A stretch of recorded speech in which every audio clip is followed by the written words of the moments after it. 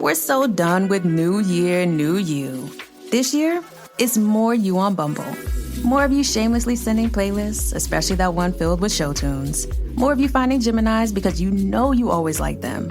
More of you dating with intention because you know what you want. And you know what? We love that for you. Someone else will too. Be more you this year and find them on Bumble. Meanwhile, in New Jersey... So, Marissa, what talking points do you want to hit on in this week's episode? Well, Jackie, let's talk about how the film addresses the patriarchy. Ooh, and representation of marginalized people. Ooh, and even philosophical ramifications of good versus evil in horror. We can point out the triangle boobs, talk about the blood splatter, and the practical effects. And also the male gaze? My gaze at the males. Hi-oh! From feminism to fangirling, the Jersey Ghouls cover all the bases of horror from a woman's perspective. New episodes are uploaded every other Sunday. Just search Jersey Ghouls to find us on social media and your favorite podcasting app. At New Balance, we believe if you run, you're a runner. However you choose to do it. Because when you're not worried about doing things the right way, you're free to discover your way.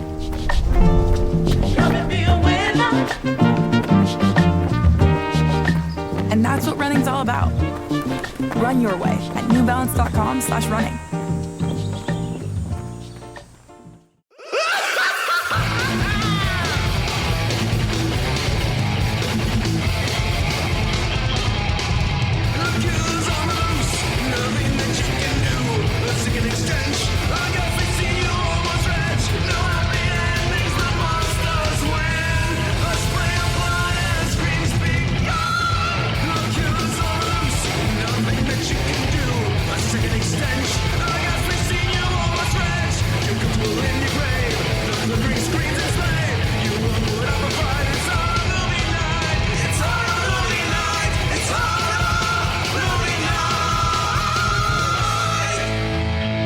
Everybody, and welcome to another episode of Horror Movie Night, the anniversary edition.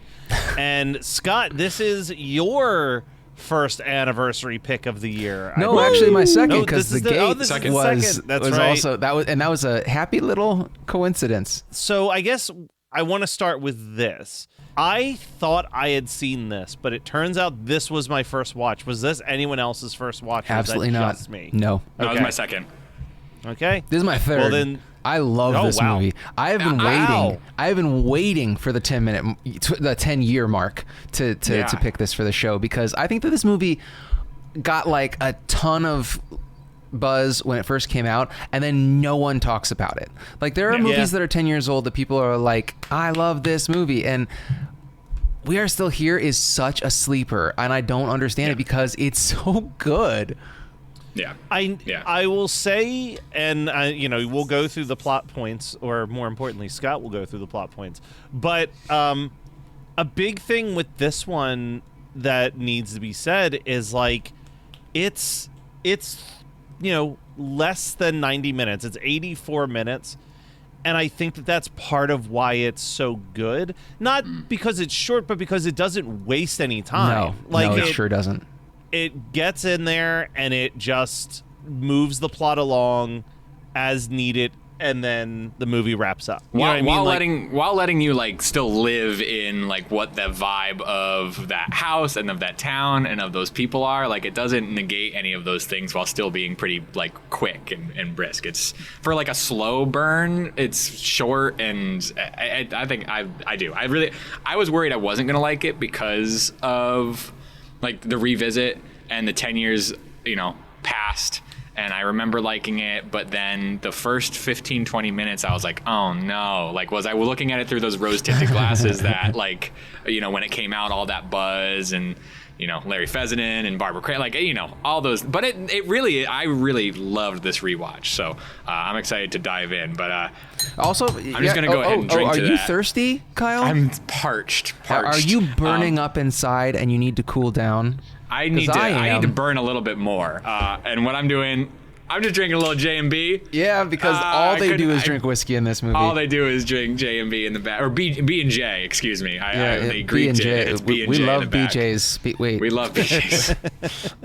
Everybody loves B&J's on a cold winter night in Aylesburg, Massachusetts, some fake name. But what I got is we gotta roast the mallow. Because nice. we're all burning up inside.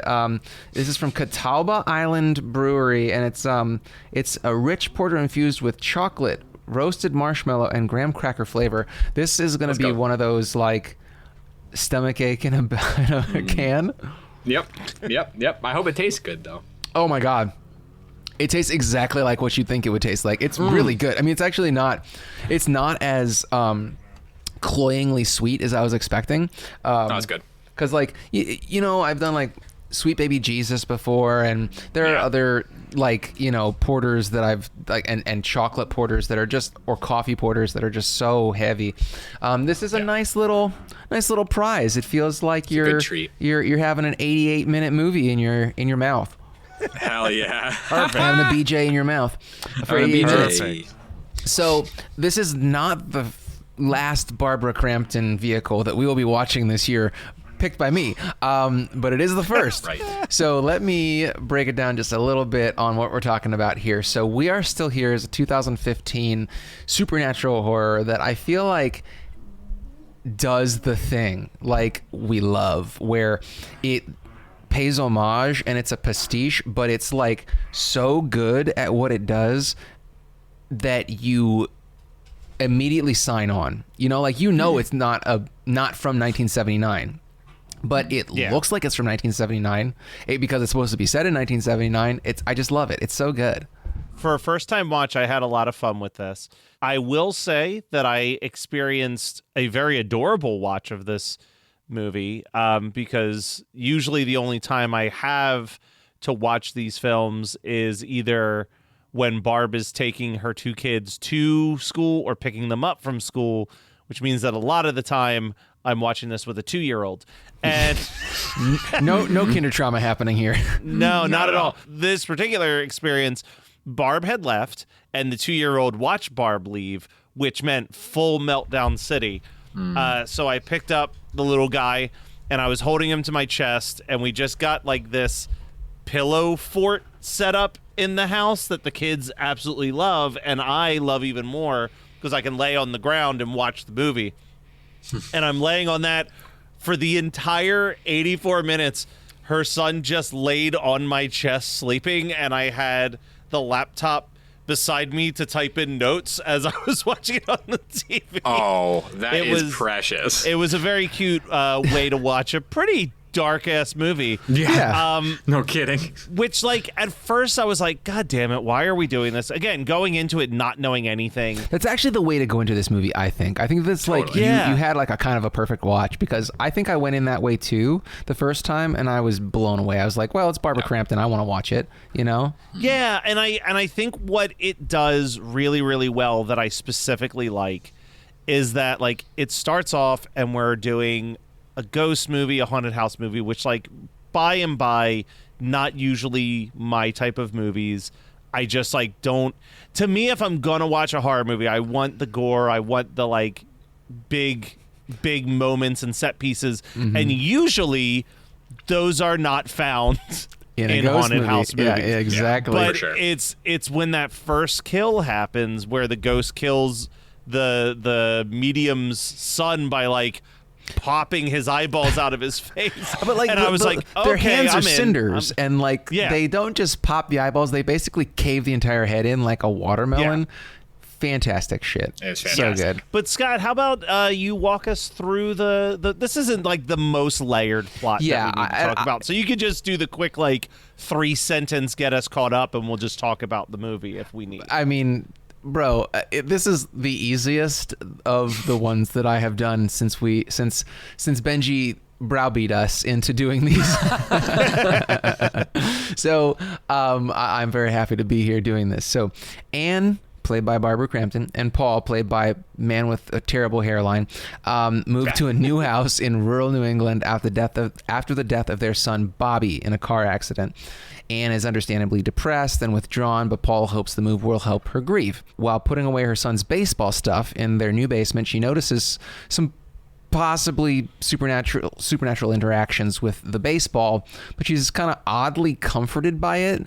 And she goes and talks to Paul, tells him, she's like, I can feel Bobby in the house. He literally is like, we moved out of our house to get away from Bobby. This. Yeah. But he's kind of like not as much of an asshole as so many of the husbands in these movies that we've seen and discussed is. So that's good, but it does feel very New England, because then obviously you're gonna get there, but later on when the more hippie characters arrive, he's pretty chilled out by them too. He's not so like conservative and put off by them. So he has a comforting New England vibe, and a little empathy for his wife. Yeah. Without really showing that but he still also flies off the handle a little bit, and it's kind of like a prick. He does. Like he's a prick. Which is also pretty New England. He has like the biggest character arc of everybody in the whole movie. Is like he goes from being kind of a prick to being almost not a prick at all. Yeah. I also have to, the thing that you said about the 70s too, they don't hit us over the head with it too. I think that well, no, I'm not going to say in case of somebody else's double feature, but there are other movies. It looks just like what you think it is. Yeah. But it's not like forcing you into that era by any means. Yeah. It's not like it's not like needle drops or like, I don't know. It's not forceful with its tone and with its visuals. I would actually argue that up until like the middle maybe of the second act, it's a more somber, quiet film than we're used to covering on this podcast. Oh yeah. Well, I like that they kind of, I don't know, like if this movie was 10 minutes longer, I probably wouldn't like it nearly as much, because I weirdly feel like you're right. Yeah. They amp stuff up like pretty quickly in the grand scheme of the movie. When I saw the opening line, because the only thing I knew going into this movie beyond Barbara Crampton being in it is like, as I waited for the movie to load, there was a couple seconds on Peacock where it had the plot description, and it just said like, still reeling of the death of their son. And I was like, what the fuck is Scott making us watch? Because like, all things considered, none of this felt like a Scott pick. No, but also it's not a dead kid. It's a dead son, but it's not a dead child, which is, and we'll get there. Yeah, I was definitely like, this felt a lot different the second time, and I think I have even more respect for it, and I'll explain why when we get to the end. But Kyle always has a fun background, and background he has for this is Barbara Crampton with her awful haircut in this. Bad haircut. With a huge blood splatter on the wall behind her. And we know Barbie's a great actor, right? But only a truly great actor would let someone cut their hair into the most god-awful bob I think we've probably ever seen on Horror Movie Night. Like, it is the worst haircut. It's atrocious. It's not great. It's it's also era appropriate. I love that. Yeah. It looks like the little boy from House by the Cemetery. Oh, it does. I did say Bob on purpose. Okay, thank you. His name is Bob. Okay, cool. I was like, is his name Bob or is it just the haircut? One time Matt interviewed him for our show. Oh my God. So in any case, I think it's shot and color graded and presented exactly like House by the Cemetery. I wasn't going to say it, but I mean, I was going to say it later, but I mean, now that we're discussing it, it's like, it feels so much like that. And I thought that was such a clever, they did it in such a good, like I said, it's neat and tidy. It's not messy. I love that shit. So Anne and Paul have been living in their new home, which they got for a steal, for 2 weeks, and no one's come to visit. And then one night, their neighbors, the McCabe's, stop by, and Dave McCabe, the husband, tells this gruesome story of how the house was built by the town in the 1800s, and it was built to be a funeral home run by a family called the Dagmars. Word got out that the family was selling the bodies and bearing empty caskets. And they were run out of town on a rail, quote unquote. And less than a year later, the father drank himself to death. Anne and Paul are reasonably surprised by this. They knew that it was a funeral home, but they did not realize that there was kind of like a little bit of a distressing past. yes to it. So they're like, well, that's kind of odd, and so they invite the Lewises, so May and Jacob. So it's Lisa Marie, yes, that Lisa Marie, Ichabod Crane's mom, and Jacob, who is played by Larry Fassender, another man with an awful hairline. Love him to death, but goddamn, worst hairline, worst mustache. So they're the parents of Bobby's roommate / best friend Harry. They're spiritualist hippie types, and they come visit in the hopes of contacting Bobby, because Anne really thinks that she can feel his presence in the house. They arrive. They all go out to dinner at literally the only place in this small town to eat, this tavern. The people in the tavern are very odd to the four of them. Crazy vibes. Yeah, they make them feel very uncomfortable. I've been in enough places like that too, and that's a seriously weird vibe. It's just all of the same age, age group. Like everybody was within 20 years of each other, but they are from the 40 to 60 year range. Exactly. It's crazy. No children. But I feel like that specific scene, I feel like I somewhat relate to that. In like, have you ever like taken a weekend to the mountains with your friends? Oh, absolutely. And you go to like one of those taverns, and it's like you are there as the tourists, but this is also where all of the locals go when they want dinner, and you can just kind of like, you can tell that they immediately like, I don't recognize that person, so it's a tourist. Like, because it's such I don't recognize you, I don't like you, is really what I think is happening. Exactly. Like, I've been in those situations pretty much any time I've gone to any mountain house with any friends. It's that rural area too. It's not like, because like, so I mean, I'm on a shoreline like beach town, and so the tourists that come are in the summertime, which is a totally different vibe than if you're just like, you know, and I understand that this is not like a seasonal thing where they are, but it is clearly they are so off of the whole demographic of that town, especially when they walk in with Larry. Like Larry just reeks, literally probably of weed, but then just reeks of just like this hippiedom, which I also thought he played so well, because he is not he's a caricature, but he's not. He's believable. He's like he's believable. He's not like a token hippie like character. Yeah. And same with Lisa Marie. Like as a medium, she is very just like all these characters. I thought we've seen the movies that do these characters, and they feel like parody. Right. Like this feels like, no, this is probably exactly what the, like, I mean, look, perfect example is just like anytime you've watched like That 70s Show and they introduce a character that's a stoner or spiritual, they're so over the top. Could easily have been that.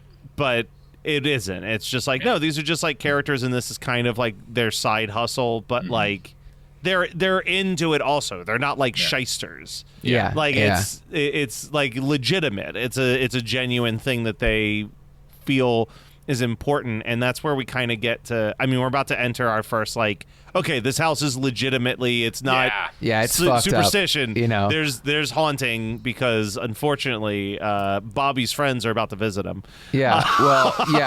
So also Lisa Marie is an awful actor. She can't act out of fucking paper bags. Well, to be fair, usually when she's cast, and it is, you know, Tim Burton that casts her often, it's usually very silent roles. Yes, exactly. She was great as Ichabod's mom, because she didn't have a fucking single line of dialogue. She crushed it as the non-speaking Martian girl in Mars Attacks. Exactly. Love it. Perfect. In any case, she chokes on a leaf of spinach as her son, Harry, and his girlfriend are brutally murdered in the house. Yeah. Harry, as we said earlier, has his face basically melted in. You think that Danielle, his girlfriend, is going to get away. She's driving away in their car, and then a cinder hand comes bursting through her chest, and she dies as well. Fantastic. I think that the way that they did it is so good. That might have been one of my favorite deaths. or the one that sticks with me most. Like whenever I'm thinking about the movie, that's the first one. Well, Harry's is the one because it's so abrupt. Because you think that a movie like this is going to be favorite. But these are great. I think these are important because it goes from 0 to 100 in such a great way. And it establishes that it's not confined to the house. Yeah, which is super cool. Which is that was when I was like, oh shit. Like like that was kind of because like you said, she leaves the house and you're like, all right, she's cool. She's got away. 99.9% of haunted house movies situation if you get, covered. 100 meters away from the house, you're safe. Yeah, no, not this one. Yeah, what is the limitation of the house? Is it does it go by? I think it's the whole damn town. Like property line? No, generally speaking, for haunted houses. In general, what's the general rule of haunted houses? Is it property line? Do we have to check in with the town? I go by the Beetlejuice rules, where if you even so much as go out the door, you're on Saturn with the sandworms. But of course, you go the Beetlejuice rule. Don't say it again. So, in any case, the McCabe's head to the tavern for a good old exposition scene, and Dave explains after shooting the waitress, young barback waitress, just shoots her for no reason. I was going to say that's probably my least favorite thing. There's no reason for him to shoot. No, it's absolutely stupid. I know that it's trying to show that he's ruthless and he's like kind of like the town leader, but I mean, fuck it, it's dumb. It's like my least favorite part of the movie is that kill, and because it's off unnecessary. Camera, so it's like super unnecessary. Yeah, I agree. So in any case, Dave explains that there's a darkness that exists under the house, and it wakes up every 30 years in order to feed on a new family. Time's up. It's been 30 years, but for some reason, the house has not killed Ann and Paul yet, which is very frustrating for Dave.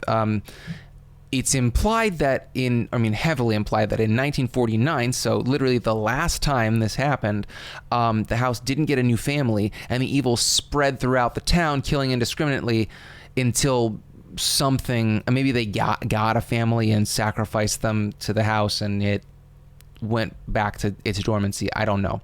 They decide that they have to make the house. They have to basically kill the people in the house. They have to kill Ann and Paul, probably May and Jacob as well. They can't wait any longer, or else the house is going to unleash the evil and kill everybody in town. So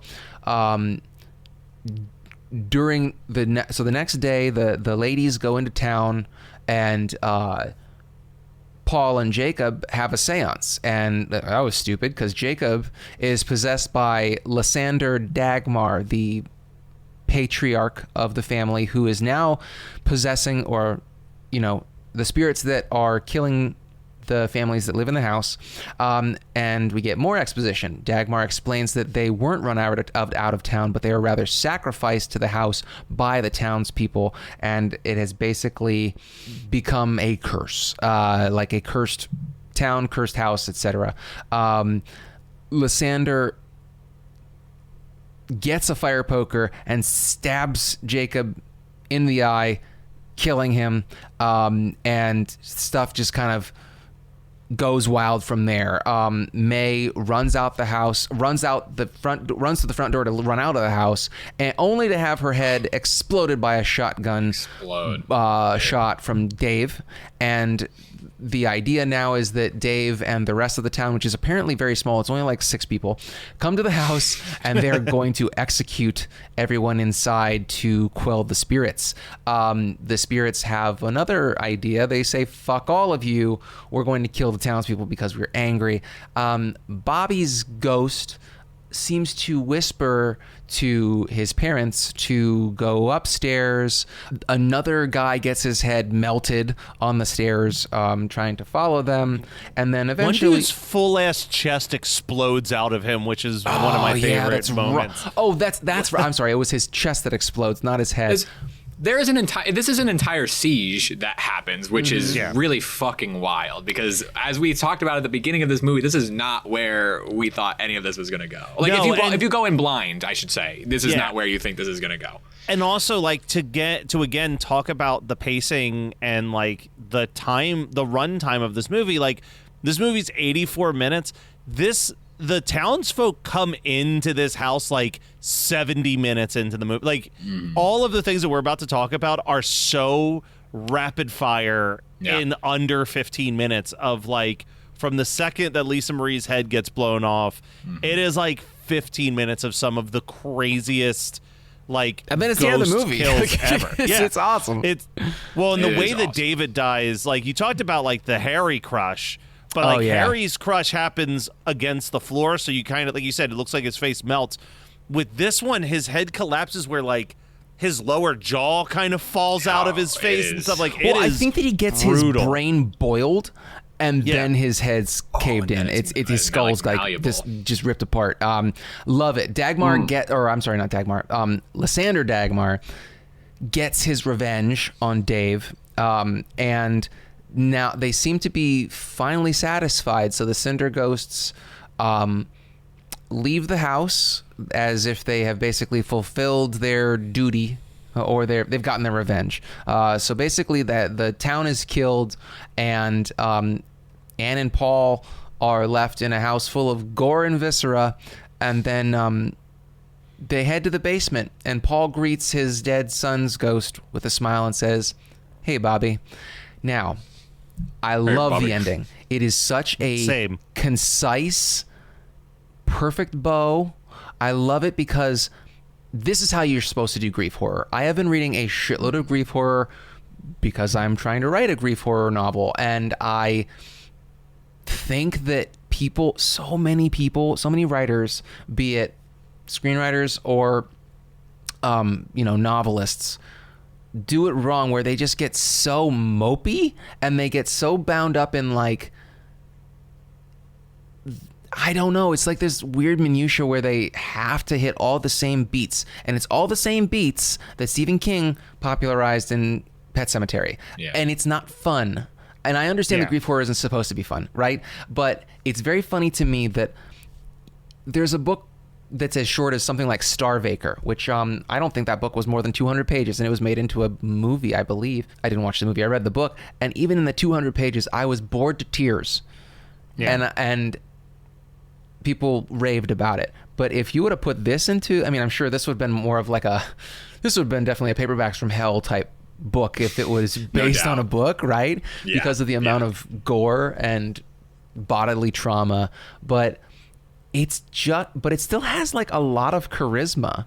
I don't know how to explain how satisfying this watch was for me. Well, I think the novel version, like you're saying, would have described this house and all these pieces that we just get to do. We do just get to see visually, briefly, and absorb. Like, we just do get to absorb the vibe of this home, and particularly of this living room, the wood paneling and the green couch, and and the tavern probably gets a good description, but does just fall into this. It really does emulate the late 70s, early 80s vibe of haunted house, while then also making it a gore fest the way that these sort of like late aughts, mid to late aughts movies would be, or teen aughts. Yeah. What do you call that? What the fuck do you call that?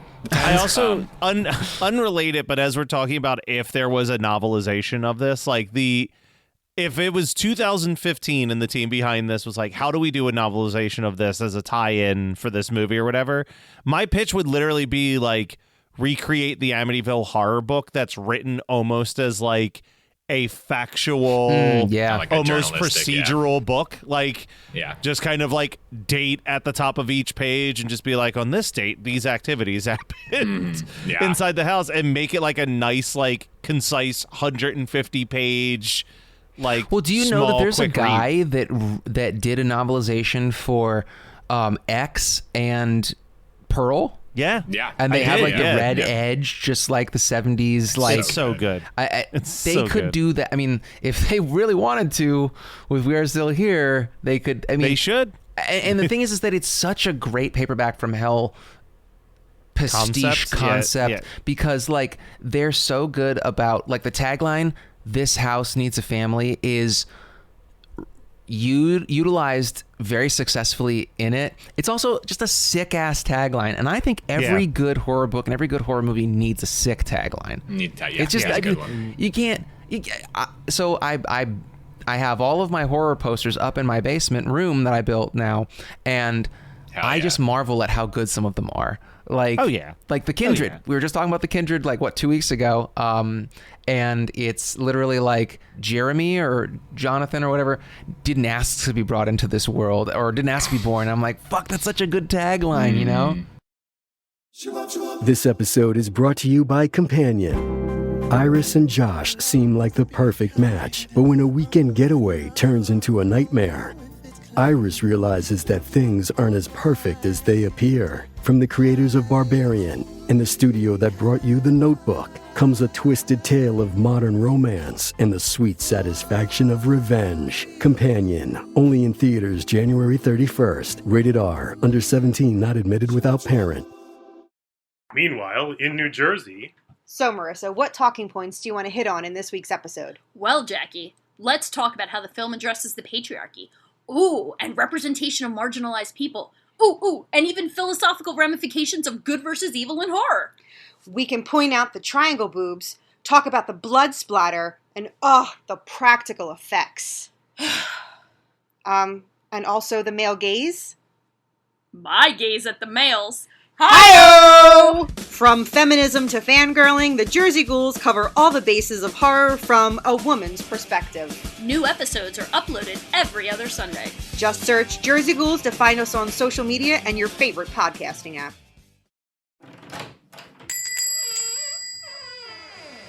Here it is, guys. Welcome to my hometown's video store. Sweet, I didn't even know these still existed. Well, they haven't had a new release since like 2004, but it's still standing. Why don't you guys look around and rent something? It's on me. Okay, I'm done. What? I got the best of 1987, RoboCop, Lethal Weapon, and Predator. Predator's good, but Predator 2 is better. What are you talking about? Yeah, all those old action films, the sequels are better. RoboCop 2, Predator 2, Highlander 2. Can't argue with Highlander 2. Do they have any anime? Yep, if you look, it's right over there. That's like 5 tapes. Yeah, welcome to the Midwest. Steve, what are you renting? I'll probably rent some bad sci-fi. Maybe something with Will Smith. Nice. Get some Tim Burton Planet of the Apes while you're at it. Isn't that the one where you wanted to bang the girl monkey? Welcome to Analog Jones in the Temple of Film. I'm Steve. I'm Chris. I'm Brad. We are a VHS podcast that breaks down the box art, trailers, and behind the scenes. Do you miss the old days before the internet when you only talked about the films you watched with your friends? We watch these old tapes and look for cool trailers, bizarre promos, and break them down for your entertainment. If you like sweaty action movies, crappy sci-fi, or schlocky horror films and hate reading, listen to Analog Jones. Sometimes we even do research and get our facts right on these old movies. Even if we don't, it's on the internet. It's facts now. So search for Analog Jones and find us at Anything That Plays podcast. Well, Scott, we're talking a lot about movies. We're talking a lot about movie posters. We're talking a lot about novelizations. And it raises a really big question, which is if you had people over to watch We Are Still Here, it's so short. I mean, maybe the night's not over and you need to put on something else. What would you make them watch? No question. House of the Devil. Because House of the Devil does the exact same thing with the visualization, and also the way that Harry gets fucking killed out of nowhere is the exact same way that the first kill happens in House of the Devil. And then it ramps up and it becomes something that you didn't expect. And I feel like that's like, I'm sorry that I picked the best double feature. And that's not me being like full of myself. I just mean like literally those movies are so similar. Those are perfect double features. So I'm going to jump in here with two things. Thing number one is I'm going to say quick request to every streaming company that has subtitles on their movies, because I'm a subtitles on the movies all the time kind of guy. Yeah. Don't do the like cut off word dash in your subtitles, because boy does it spoil for me that something's about to jump up and interrupt that person. Oh yeah. But you know, we all thought of House of the Devil. To me, like I like and appreciate House of the Devil, but I do not think that We Are Still Here followed by House of the Devil would be my idea of a good time. I think that would be kind of a chore. So I leaned on the idea of like ritualistic horrors. What are like ritualistic town history, any of that stuff? And I thought, you know what would really kick up the evening is Children of the Corn 3 Urban Harvest. Wow. Man. All right, you know what? I gotta say, yours is just as good. Absolutely. Just as good as House of the Devil. That's incredible. Yeah, I mean, this movie lends itself to a lot of things that you could pair it with. I think House of the Devil was the first thing that came to mind. I was thinking about like sort of ritual and town things that could kind of happen, and but actually what really sent me was Larry Fessenden, and I want to play Until Dawn. And maybe when the film comes out, the movie will match with this movie.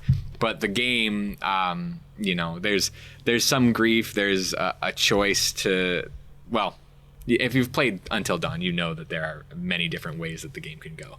But I don't know what this is. I don't know what the movie is. I don't know what the game is. But I Googled it, and the first link is from Forbes from 6 hours ago, literally from 6 hours ago, and it says Sony's Until Dawn movie looks nothing like the video game. Oh no! But who are we really going to listen to Forbes about horror? Forbes? No. Yeah. We're going to listen to Forbes about how to work with our 401ks. I've always trusted them on that part. But I want to play Until Dawn. Larry has a lovely part in Until Dawn too. And so that was my pairing. All right, well, guys, after you've watched We Are Still Here, why not go over to hmnpodcast.com. You can buy some swag, or go to tpublic.com/user/HMN podcast, and you can buy some even more exclusive shirts like what Scott and I are rocking over here. Matt's got the Silly Goose, and I have got the Femininomicon. What we really need is a Femininomicon. We do need a Femininomicon. Boy, that's a mouthful. Yeah, curse you making a shirt that there is no world where I will say it correctly. So also, as we mentioned before, we got a Patreon, patreon.com/HMN podcast. We've got social media apps all over the place, although I'm sure as time progresses, we'll just slowly start getting rid of them, because man, is social media all turning into a shit show. And if that were to happen, a great way to make sure you don't lose touch with us is sign up for the newsletter. So shoot us an email at hmnpodcast@gmail.com, and we'll add you to our monthly newsletter so that you know what we're doing, where we're making appearances, what things you may have missed related to Horror Movie Night. And now to wrap up the show, Scott, I have to ask you, what have you been like watching, reading, listening to, all of that jazz? So I'll get into that, and it'll be short, I promise. But I'm very disappointed that you didn't make the joke in your spiel about how social media, a lot of the platforms are becoming shitty, and that you should go to our website, because you know what? Those social media platforms may go away, but we are still here. Yeah, fair. God damn it. In keeping with the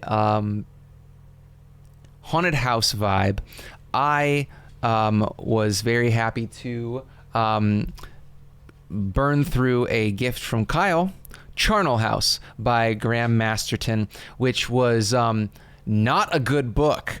The reason, so beyond the fact that it is about a haunted house, it was also released in 1979, and it has a very strong tie to Native American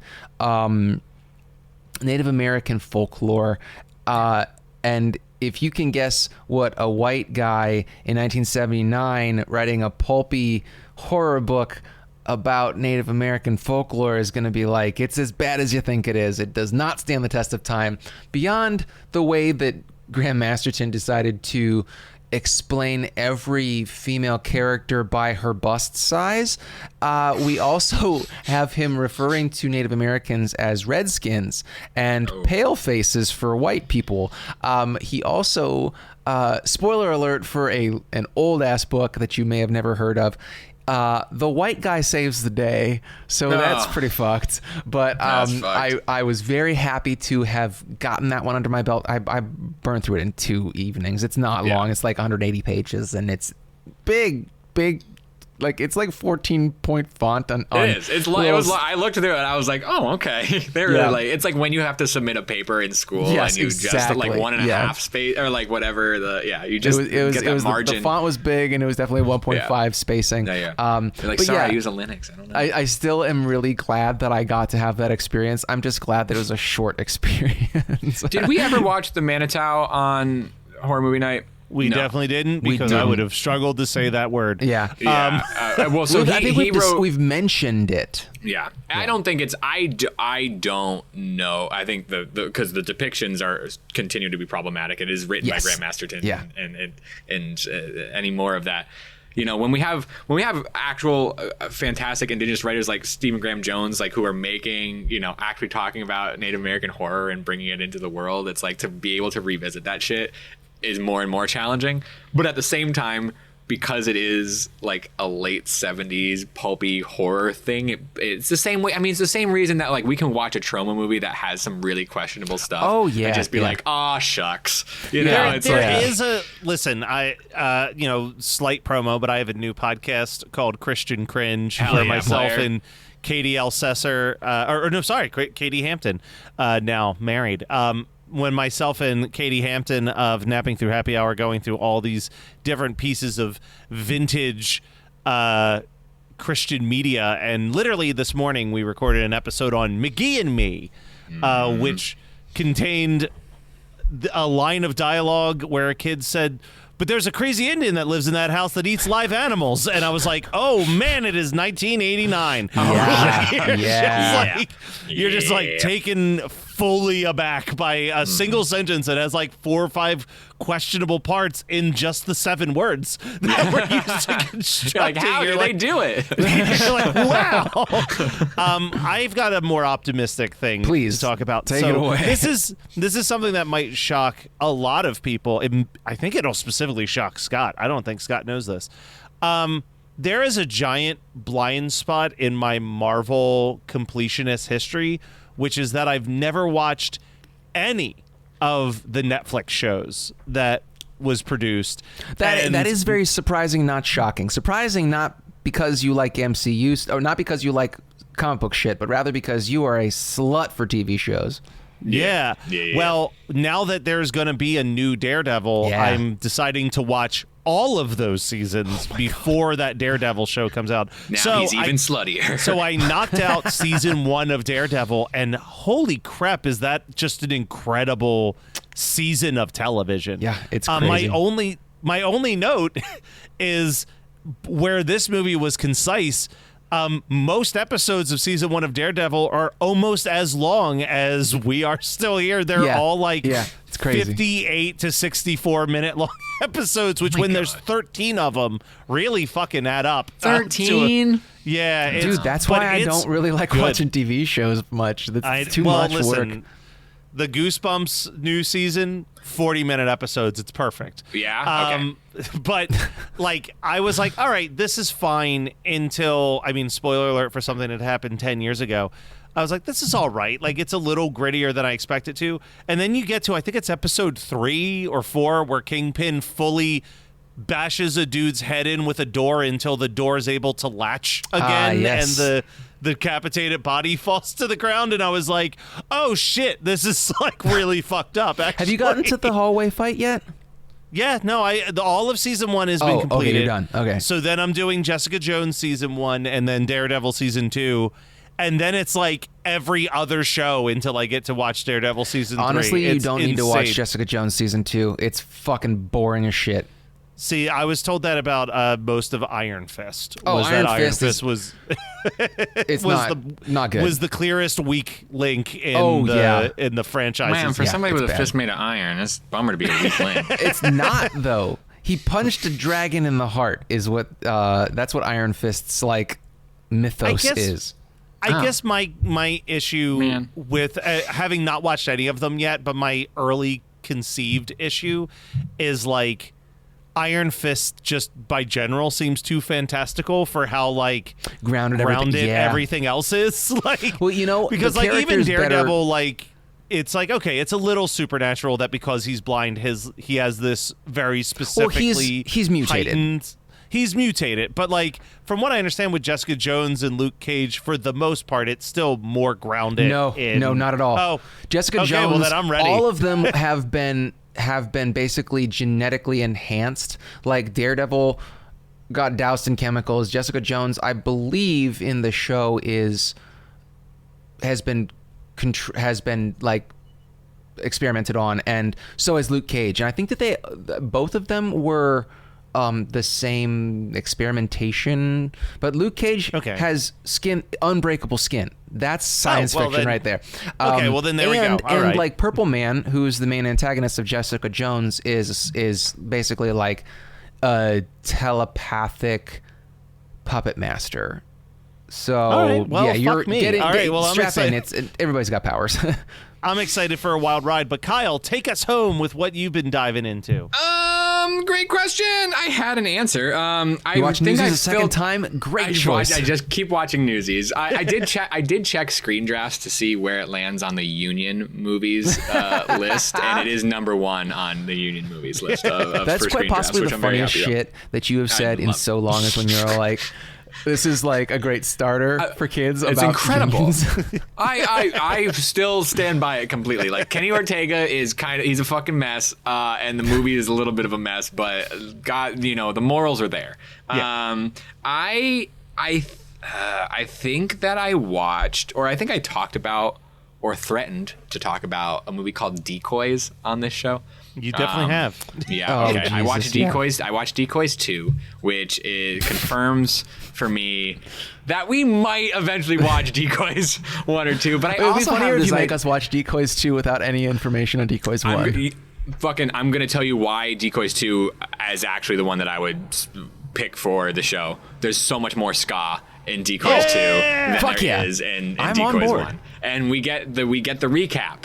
And we get a little more nudity, and we get the tonal, the questionable tone that was confusing about the first is doubled down upon in the second, making sure that we know that this movie has no tone, it has no genre, it is a complete clusterfuck, but it's great. Decoys 2, Alien Seduction is fantastic. So just the premise of what Decoys is, and I won't go into like what each movie is, but the general gist is that on a college campus during the winter, there is this group of incredibly hot college blondes that are just so ready to bang any dude that is in their vicinity, but as long as they are cold,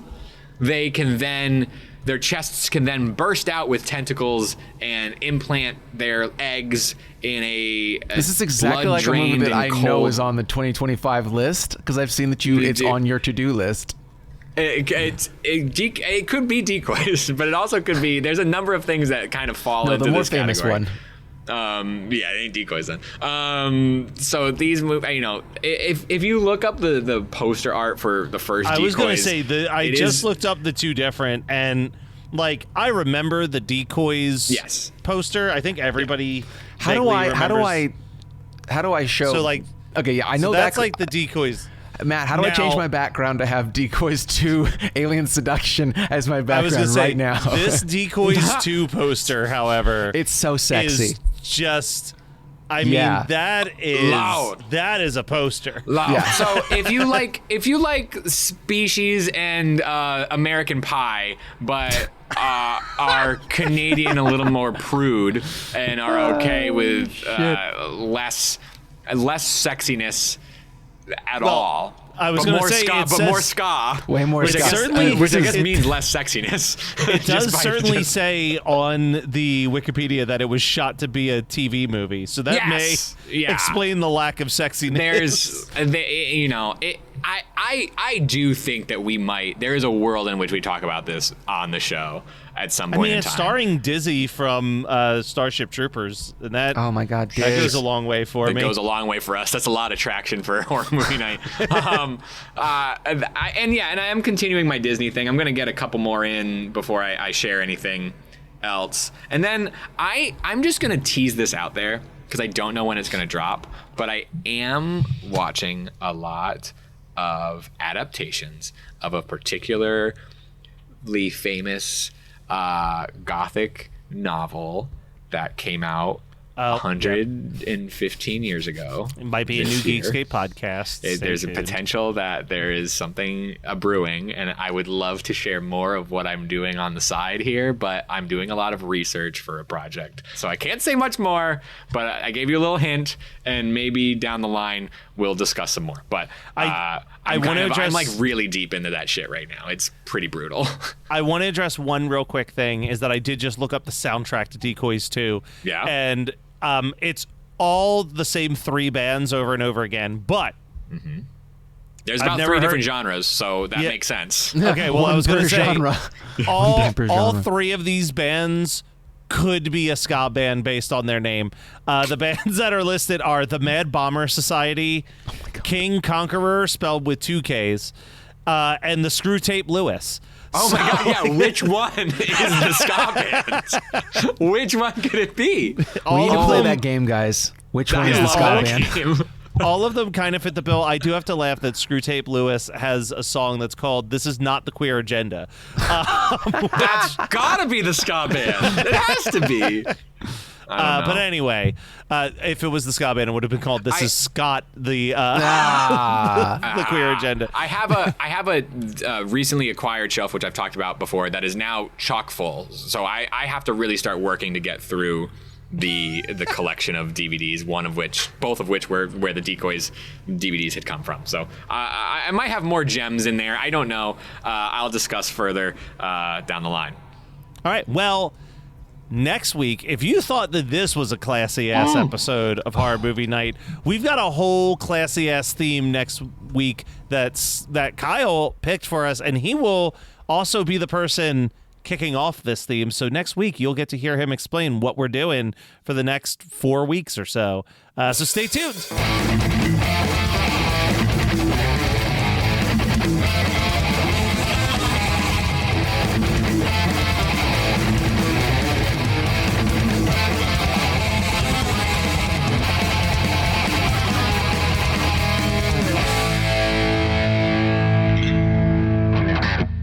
Meanwhile, in New Jersey... So, Marissa, what talking points do you want to hit on in this week's episode? Well, Jackie, let's talk about how the film addresses the patriarchy. Ooh, and representation of marginalized people. Ooh, and even philosophical ramifications of good versus evil in horror.